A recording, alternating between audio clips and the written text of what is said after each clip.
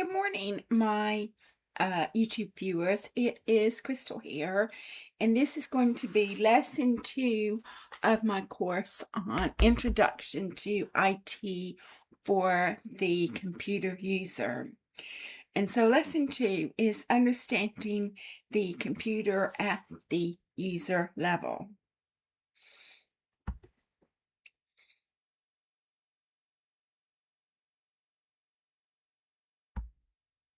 So a computer user needs to know that he's about the computer that he's using, because this knowledge transforms technology from a challenge to a powerful everyday tool.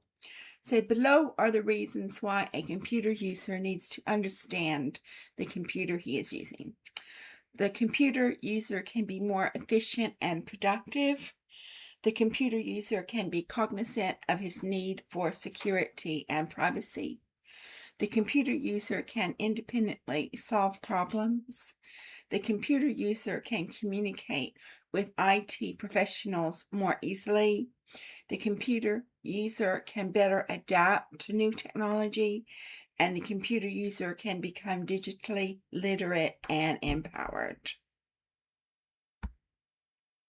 So when an individual understands how a computer works, to include managing files, using applications, and troubleshooting basic issues, he can work faster and more efficiently, avoid unnecessary downtime, make better use of software tools.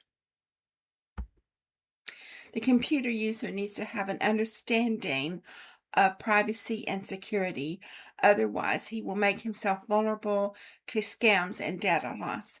This understanding helps the computer user to recognize phishing attempts and malware, use strong passwords and backups, manage privacy settings and permissions.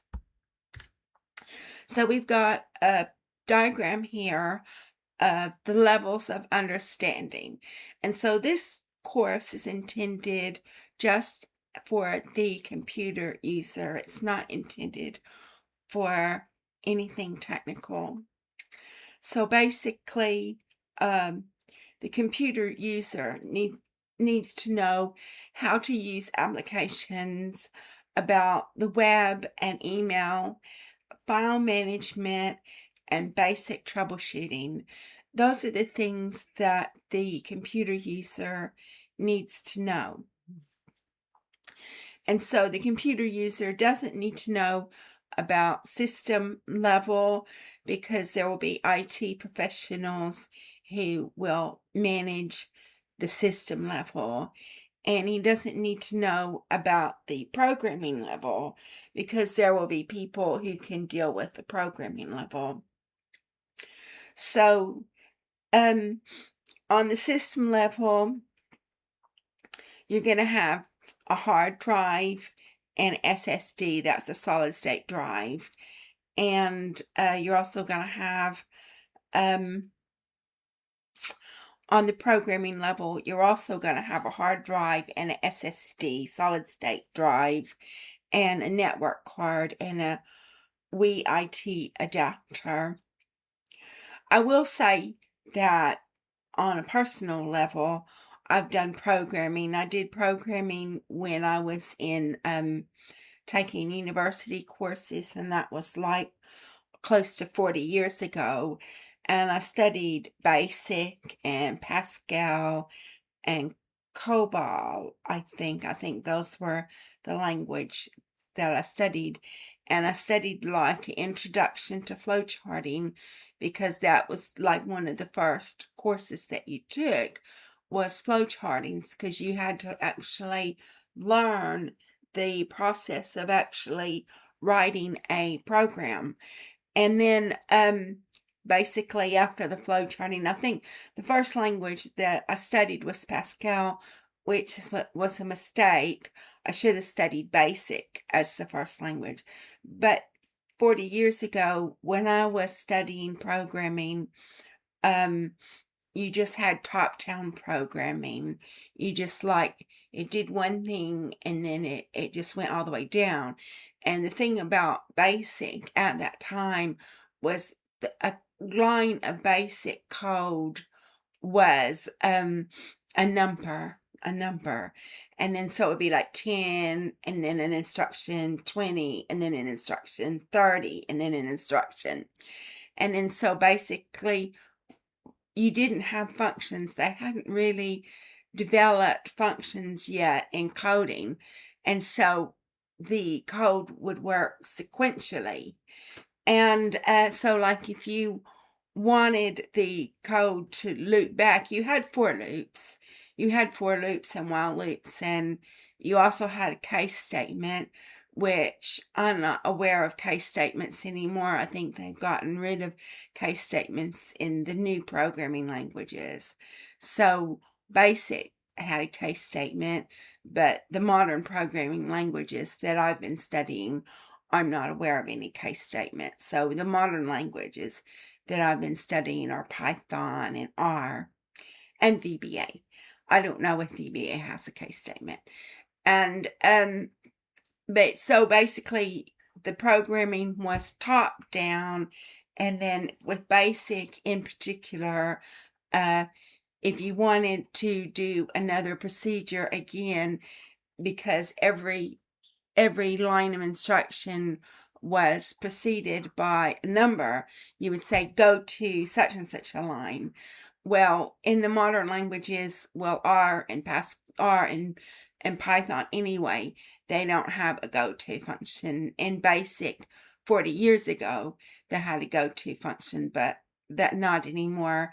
And I do study VBA, that's Visual Basic, and I haven't, in my studies of VBA, I haven't seen any go-tos.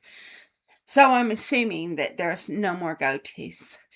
And that's just a little bit of information about my personal programming experience. And I've never programmed professionally. I've just done it in school, and I've done it academically in my studies, and then I've written programs in VBA, that's Visual Basic. I've written programs in VBA because if you use Excel, there's a developer section in Excel, and you have to, what shall we say, you have to go into the options panel and open the developer tab up, because the developer tab doesn't automatically come up. But if you go to the options panel in Excel, you can set the developer panel up. And then when you have your developer panel up, then you can program in VBA. That's the programming language that you use to write programs in Excel. And so I have actually written programs in VBA to do things in Excel. And the reason for that was to automate my work. And the reason for that was because I had been given a lot of work to do, and there was no way that I could do the work in the amount of time allotted for me to do it. So I had to write a program so it would be done for me. And that's what I did. So I really like programming in VBA and Excel, and I'm looking for some more opportunities to do that. So that concludes the talking about this page, where the only thing you need to know in this course is the user level knowledge, and with everyday computer use is using applications, web and email, file management, and basic troubleshooting. And those are some of the things that we're actually going to be studying in this course. So the basic hardware components of a computer are comprised of central components, input devices, output devices, connectivity, power supply, and optional components. So the central components of the computer are the central processing unit, which is the brain of the computer that issues instructions. The motherboard is the main circuit board that connects all components. Random access memory, or RAM, is a temporary storage area for active tasks and data, and storage devices such as a hard drive, that's HDD, or a solid state drive, that's SSD, for long-term storage. Input devices are comprised of keyboard and mouse to allow users to enter commands and interact with software, and scanner or microphone captures physical or audio data. Output devices are comprised of the monitor displays visual output, the printer produces physical copies of documents or images, and speakers emit sound. Connectivity is comprised of the following components. The network card, Wi-Fi adapter enables internet and network access, and ports such as USB, HDMI, and Ethernet connection and connects external devices. Optional components in a computer can be the graphics card, that's GPU, handles complex images and gaming, and a cooling system comprised of fans or liquid cooling to prevent overheating. So here's a diagram of the inside of a computer. So if you've never opened your computer up to see what's inside, this is what's in the computer. And so basically, this was a long time ago. It was really close to 50 years ago. I was in the United States Air Force, and I was a radio relay equipment repairman, and I actually repaired equipment, but I repaired radios. I didn't repair computers. And at the time, everything, you had something called tubes, and tubes were, in England they wouldn't be called a tube. I think in England they would be called a valve. So a long time ago they had something called tubes, and they were made of glass on the outside, and they had filaments on the inside, and these tubes served as amplifiers and switches and things like that. But in the 1950s, before I was born even, they developed solid state technology. And when they developed solid state technology, you had something called transistors. And then the transistors did the same thing as a tube, except they did it with solid state technology instead of a tube, which was a filament. And then from transistors, they went on to develop chips. And so that's what we're in now. We're in the chip area. And they were just getting the equipment that I worked on. Some of the equipment that I worked on was tubes. But then tubes were made redundant.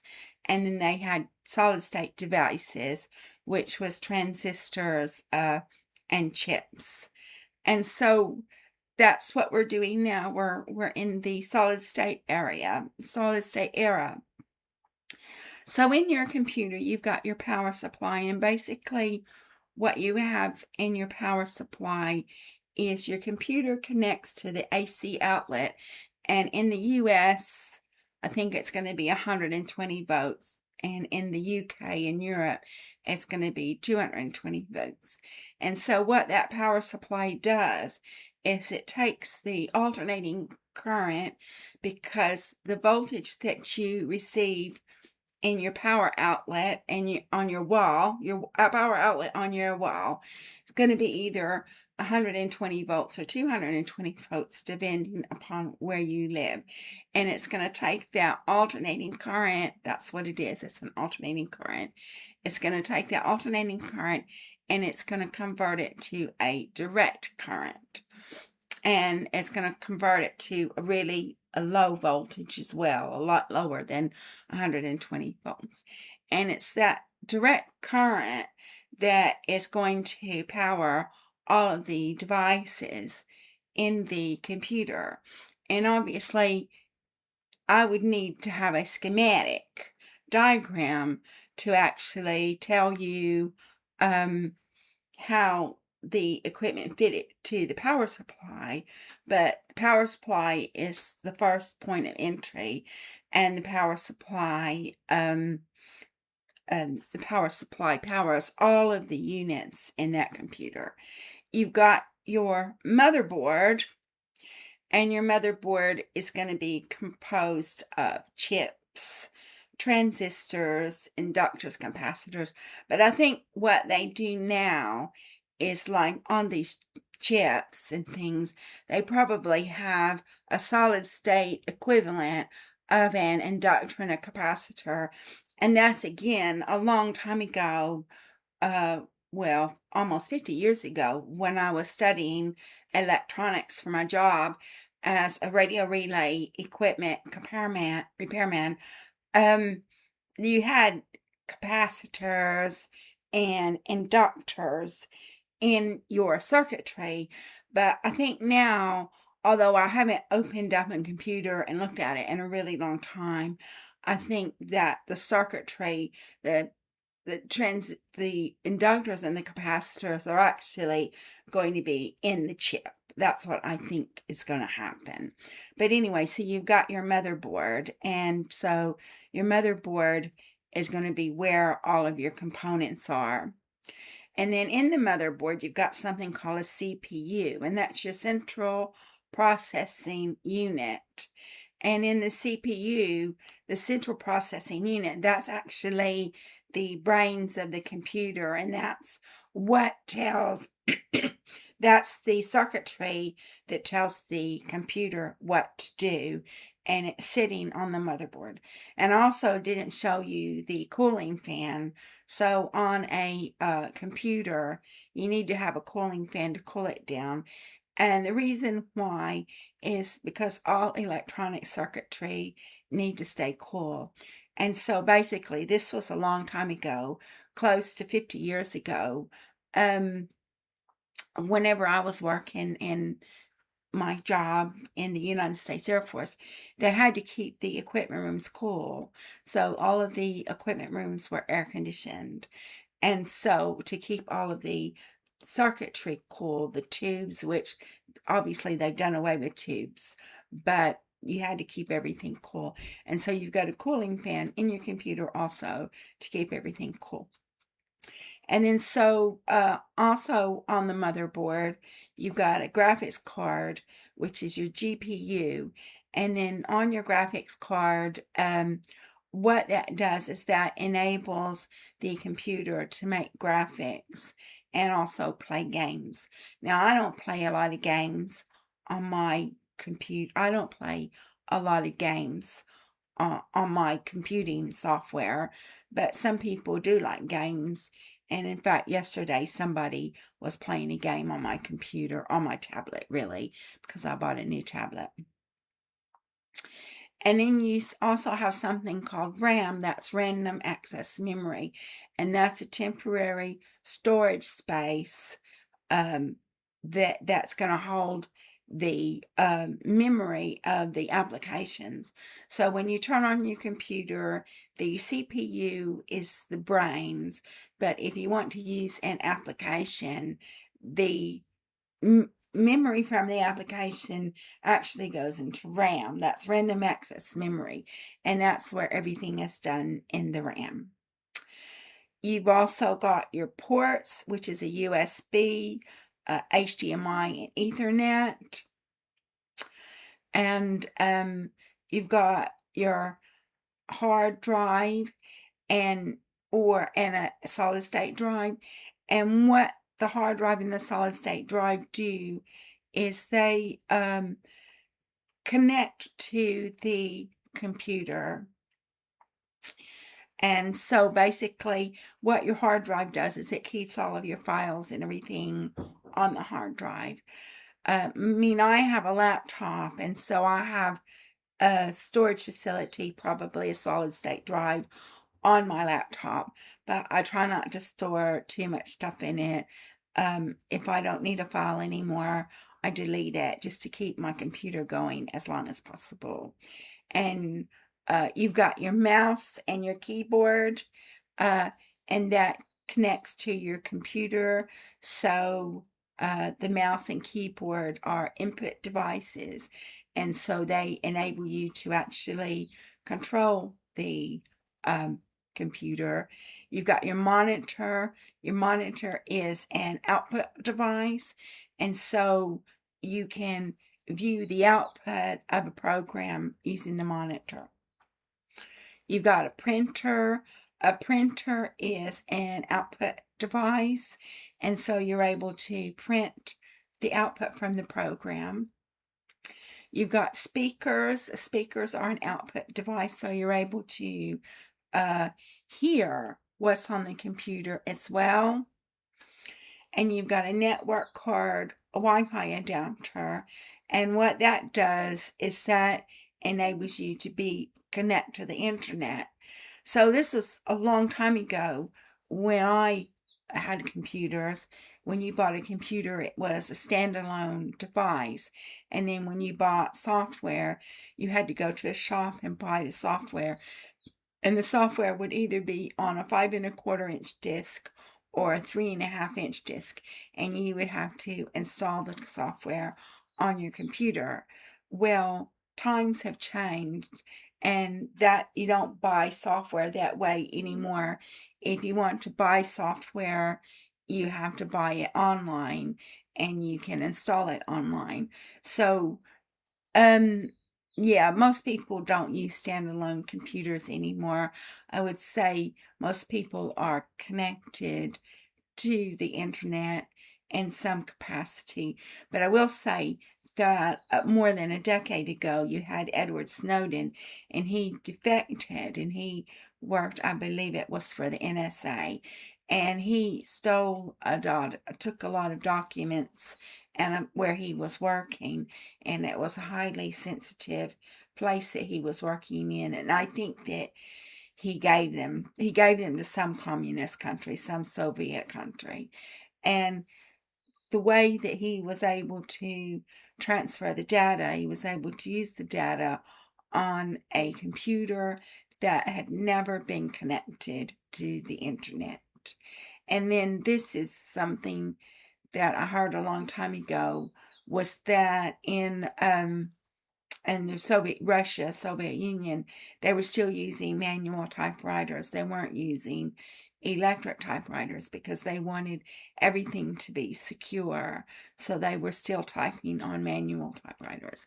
And this is also what happened in a long time ago in Russia, Soviet Union. If all of their equipment and stuff like that was still using tubes.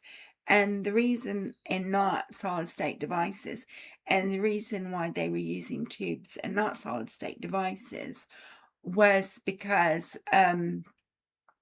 tubes are not susceptible to EMP.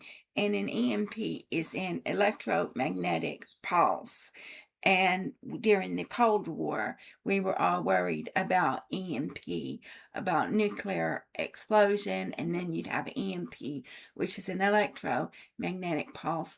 And then what an EMP would do, it would take out all the solid state equipment. And most of our communications devices and electronics devices now are solid state, so it would take everything out. So during the Cold War, that was definitely something to worry about. But now, what they're doing in this, now they're using hacking. Now, these different countries who have a grudge against another country, what they're doing is they are still using computers to get into the system, but they hack into the system. They put malware into the system. They put viruses into the system. They steal data and blackmail people.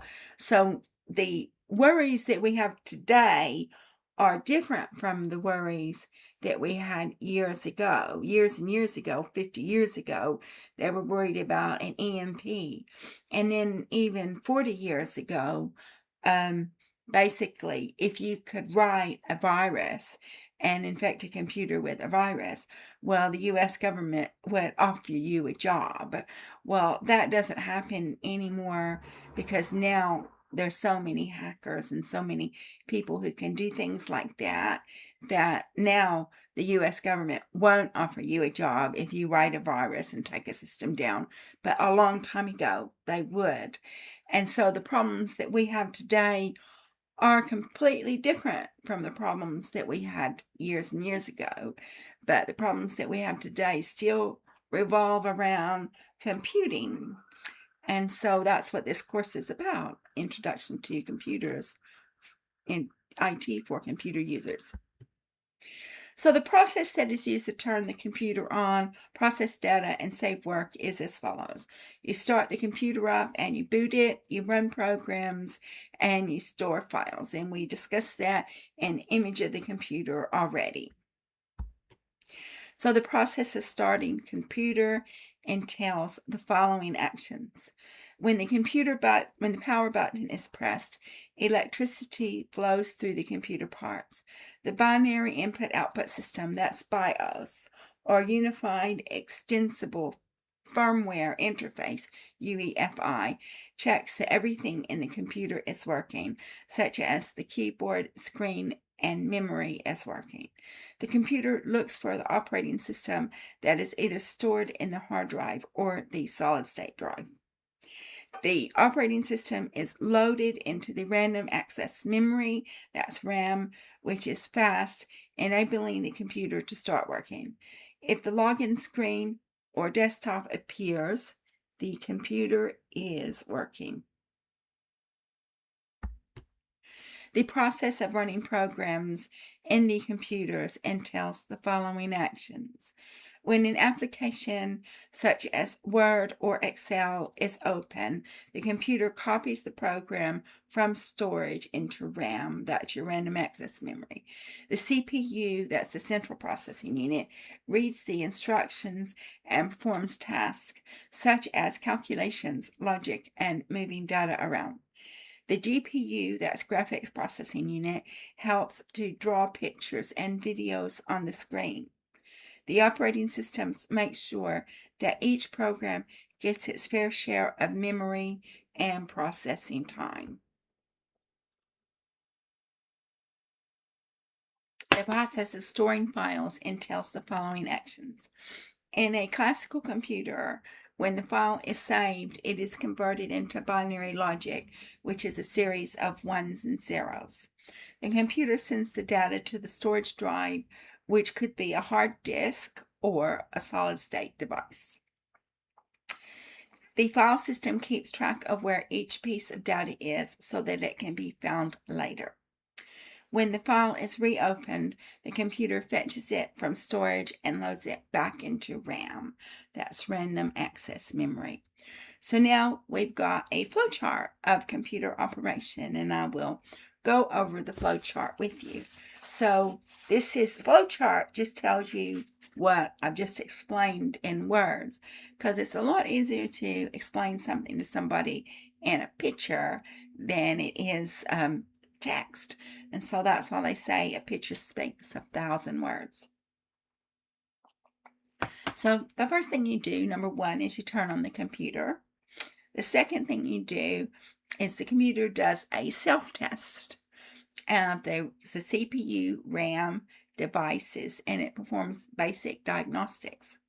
And number three, you bootloader. So that's going to be BIOS, which BIOS is an old term that I studied 30 years ago, being binary input-output system, or UEFI is a newer term, a newer technology.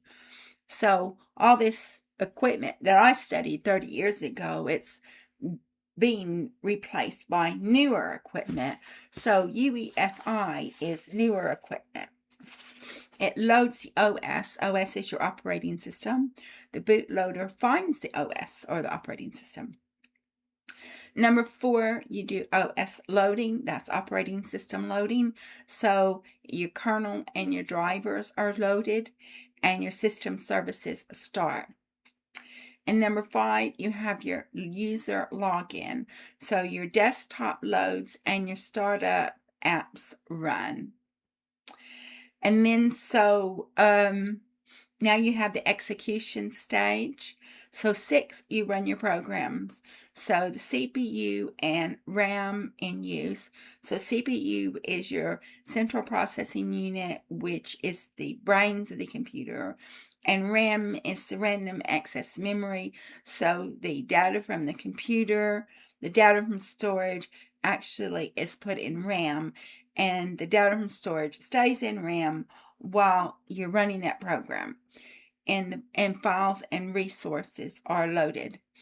Number 7, you do data processing. So you process data in RAM, that's random access memory, and you modify temporary data.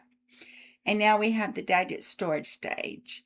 So you have 8, you save and store your data. So the data is written to the solid state drive or the hard drive, and the file system updates.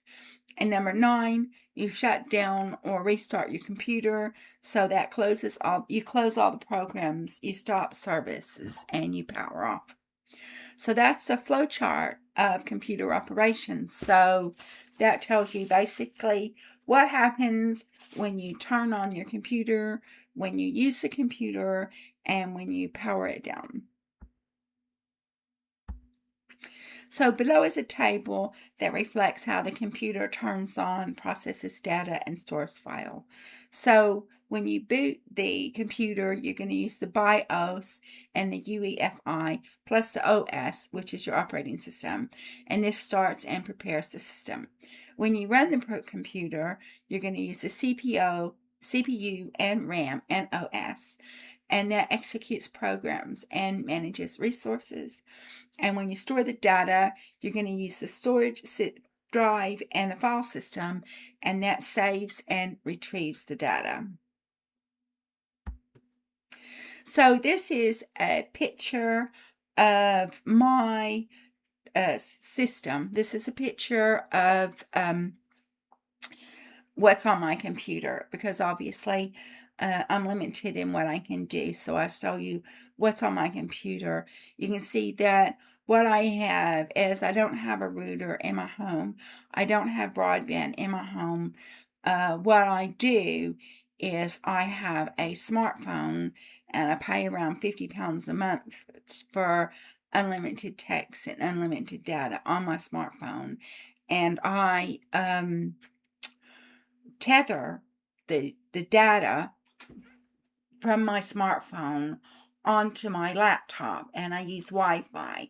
So you can see that my Wi-Fi is on. And I had a Windows update, and I've got a laptop. You can see it's a laptop. And this is the settings. This is the settings. And I'm going to make a video, and I'm going to show you the settings on my computer, just so you can see the settings on my computer.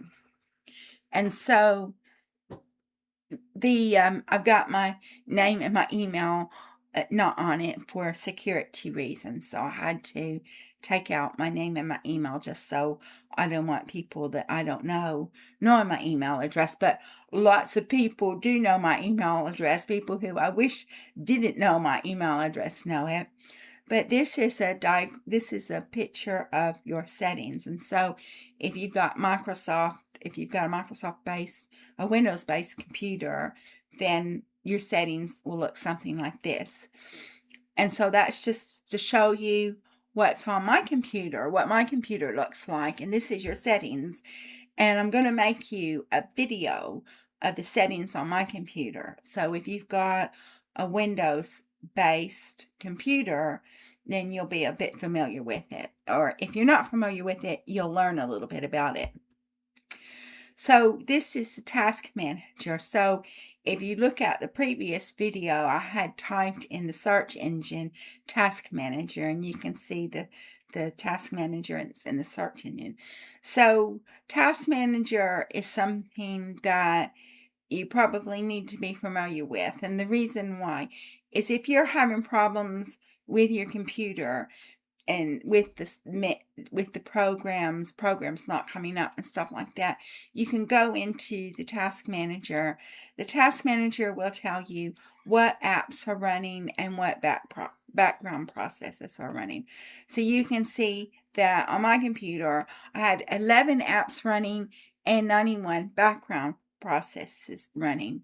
And so you can see that my CPU, that's your central processing unit, was at 24%.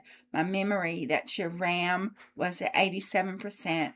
My disk was at 19%. My network was at 0%.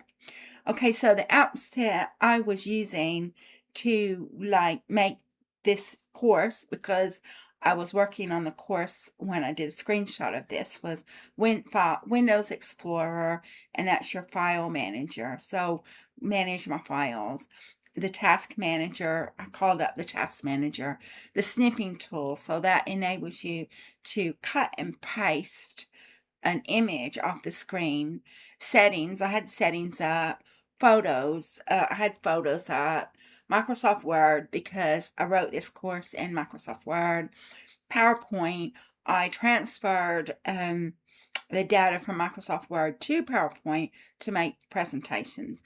But obviously there's more in Microsoft Word than there is in PowerPoint, because PowerPoint, you just had to keep it succinct. I think succinct is the correct word. You had to keep it short, And Microsoft Edge is the browser for Windows, and I check my emails on Microsoft Edge. Lenovo Vantage, I have a Lenovo computer, so Lenovo Vantage comes up, but I hardly ever look at it. Browser, it says browser, but it's actually Copilot. So I did actually use Copilot to help me make this course, but basically the only thing that I did was I would ask questions, and then Copilot would give me the answer, and then I would actually type the answer that I wanted to type, the information that I wanted, into the Word document. So I actually, I used Copilot to help me. I used it to help me by asking it questions. And I also use Copilot to make diagrams as well, because Copilot can make a diagram a lot better than I can, And I use Copilot as an assistant. I mean, nowadays, some people, what they want to do is they want to use these large language models to do everything, but they've done studies and things, and when these large language models do everything, people actually become less intelligent because they're not using their brains. And I know that my brain doesn't work nearly as well as a computer's brain. And I know that my brain can't do nearly as much as a computer's brain. But I didn't just take all this information from Copilot and copy and paste it into a Word document. I did actually ask the Copilot question. Copilot would answer the question, and then I would type the answer to the question in Word, and that's what I did. So I use Copilot as an assistant, not as someone doing all the work. And then also have my AVG secure browser. So I use that on my for my work, and I would recommend people use a type of secure browser when they're on their browser. And the reason why is because AVG is supposed to be secure. It's supposed to block unsecure sites and things like that. But we're going to be talking about that in the course as well. So that concludes this video. The next video is going to be operating systems and everyday. Well, the next video is going to be another video to complement this lesson, but the next lesson is going to be operating systems and everyday software. So I hope that you decide to watch the next video, whereas I'm going to give you a guided tour of my settings menu just so you can see it if you've never seen one, and then the next lesson. So I hope you decide to watch the next video and the next lesson, and I'll be communicating with you soon.